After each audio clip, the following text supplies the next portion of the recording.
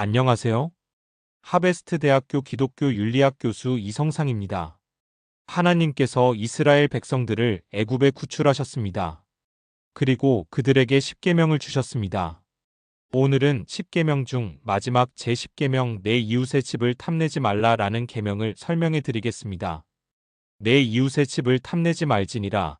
내 이웃의 아내나 그의 남종이나 그의 여종이나 그의 소나 그의 낙이나 물은 내 이웃의 소유를 탐내지 말지니라. 1.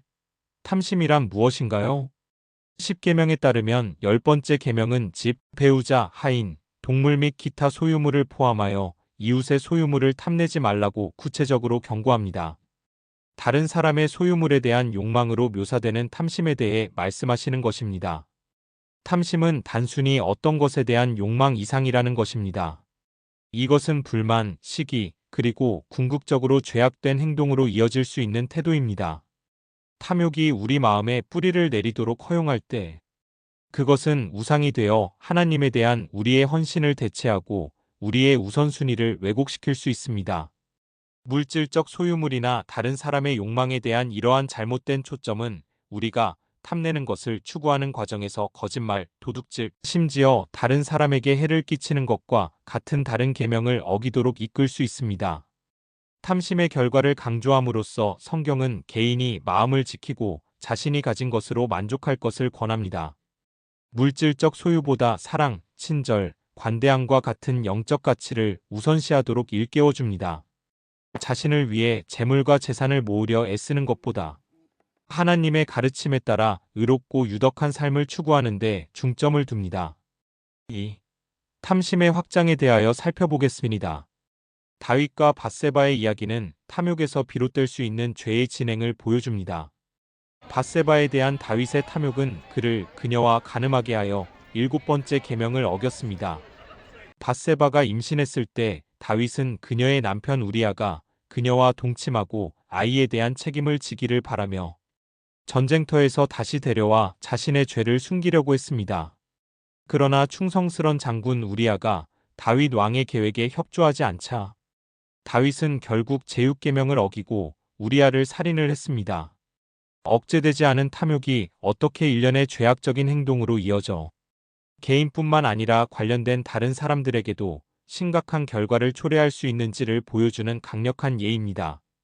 그것은 탐욕의 파괴적인 특성과 그것이 사람의 도덕적 판단을 타락시키고 일련의 위반으로 이어질 가능성을 보여줍니다. 여호수아서에 나오는 아간의 이야기는 이스라엘 백성이 여리고를 정복하는 과정에서 일어난 개인적인 탐욕에 대해 말씀하고 있습니다. 아간은 성읍의 전리품을 취하지 말라는 명령을 받고 이에 불순종하여 재물을 탐내어 물건을 몰래 취했습니다. 그의 탐욕은 하나님의 명령을 어겼을 뿐만 아니라 이스라엘 공동체에 참혹한 결과를 가져왔고 그 후에 전투에서 패배했습니다. 예수님의 제자 가룟 유다는 은하 30에 예수를 배반하였습니다. 그의 탐욕은 예수님에 대한 충성심과 헌신보다 물질적 이득을 더 중요하게 여기게 했습니다. 유다의 배반은 궁극적으로 예수의 십자가 처형과 유다 자신의 절망과 후회로 귀결되었습니다. 이 예들은 탐욕의 위험과 개인을 파괴적인 길로 이끄는 잠재력에 대한 성경 이야기의 강조를 강조합니다.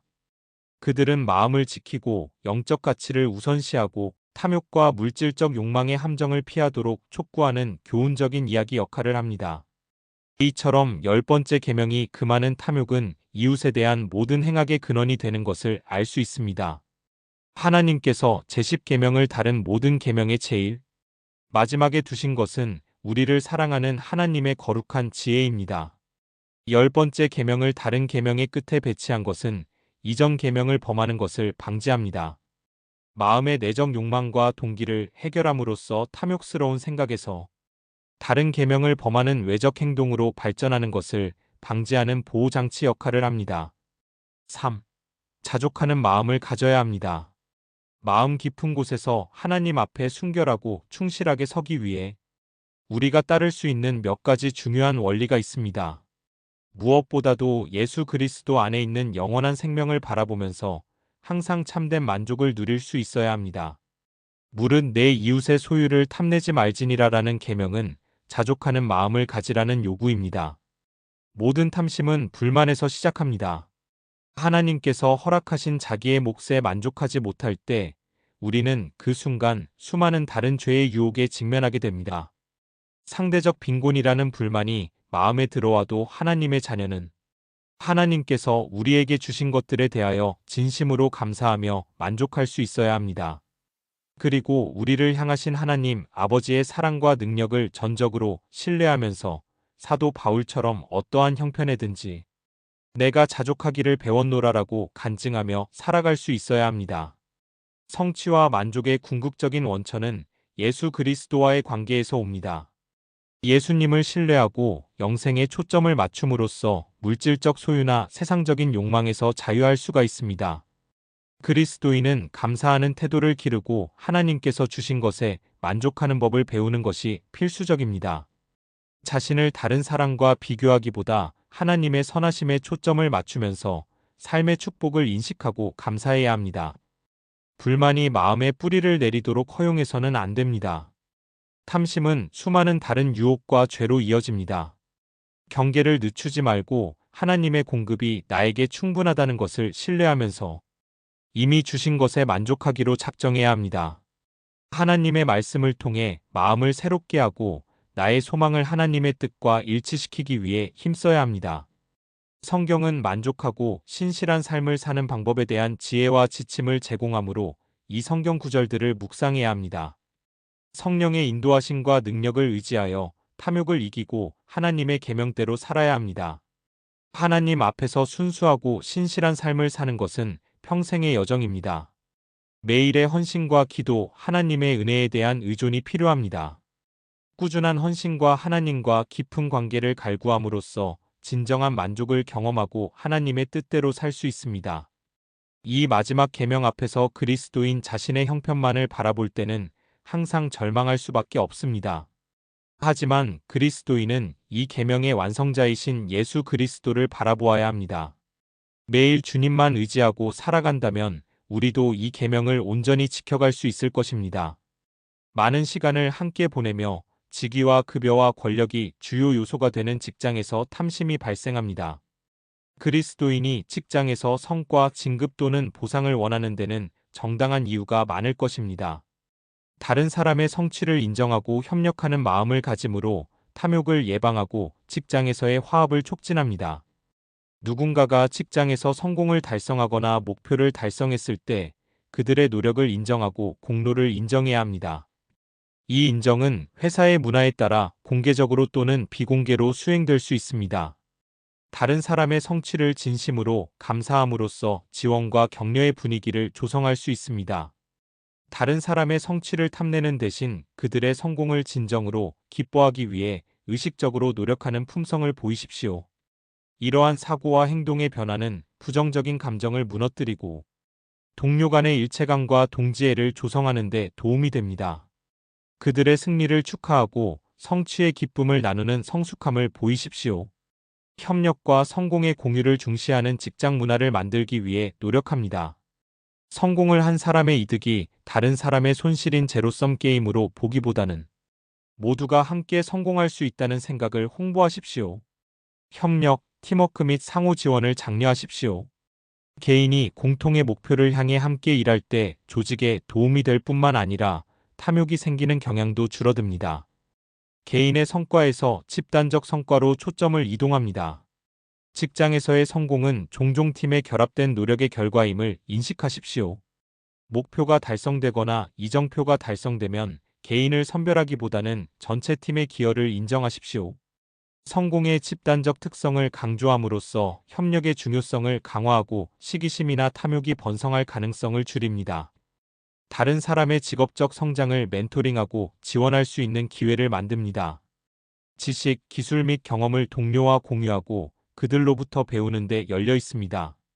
다른 사람의 성공에 투자하고 그들이 번영하도록 적극적으로 도우면 협력과 지원 문화에 기여할 수 있습니다. 이러한 행동을 지속적으로 실천하고 협업, 인정 및 공동 성공을 중시하는 직장 환경을 조성함으로써 탐욕의 유혹을 완화하고 조화롭고 긍정적인 업무 분위기를 조성하는 데 도움이 될 수 있습니다. 4. 만족의 품성에 대해 안내해 드리겠습니다.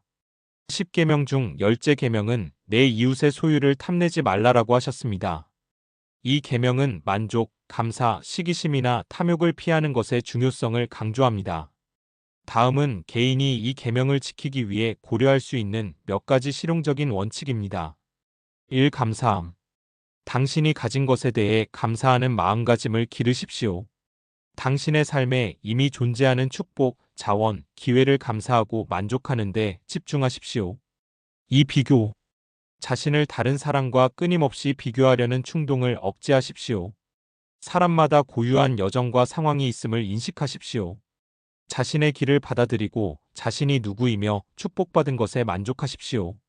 3. 만족감. 현재의 순간에 기쁨과 성취감을 찾는 법을 배움으로써 만족을 실천하십시오. 더 많은 것을 위해 끊임없이 노력하거나 다른 사람이 소유한 것을 욕망하지 마십시오. 대신 개인의 성장, 의미 있는 관계, 내면의 성취 추구에 집중하세요. 4. 관대함 실천. 다른 사람이 가진 것을 탐내지 말고 관대함의 정신을 기르십시오. 도움이 필요한 다른 사람들과 자원, 시간 및 재능을 공유하십시오.